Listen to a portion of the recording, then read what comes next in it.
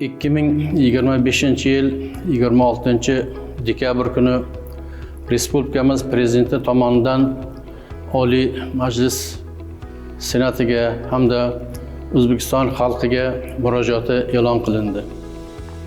Murojaatda asosan Prezidentimiz Respublikada amalga oshirilayotgan barcha ishlarga, har bir ishga alohida e'tibor qaratib o'tdilar.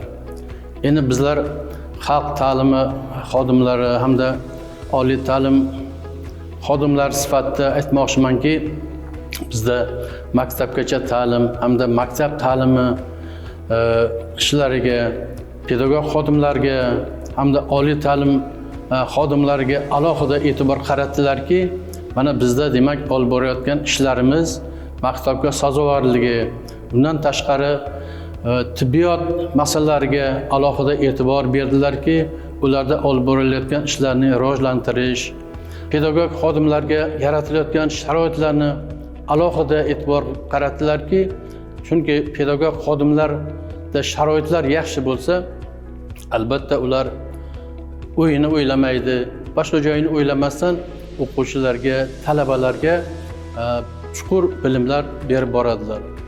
Bundan tashqari mana hozirgi kunda biz bilamiz, respublikamizda sportga, san'atga hamda u konferensiyalarni o'tkarilishiga alohida e'tiborlar qaratilmoqda. Chunki sport, san'at bu respublikamizning xalqaro davlatlarga tanitadigan sohalardan biri bo'lib hisoblanadi.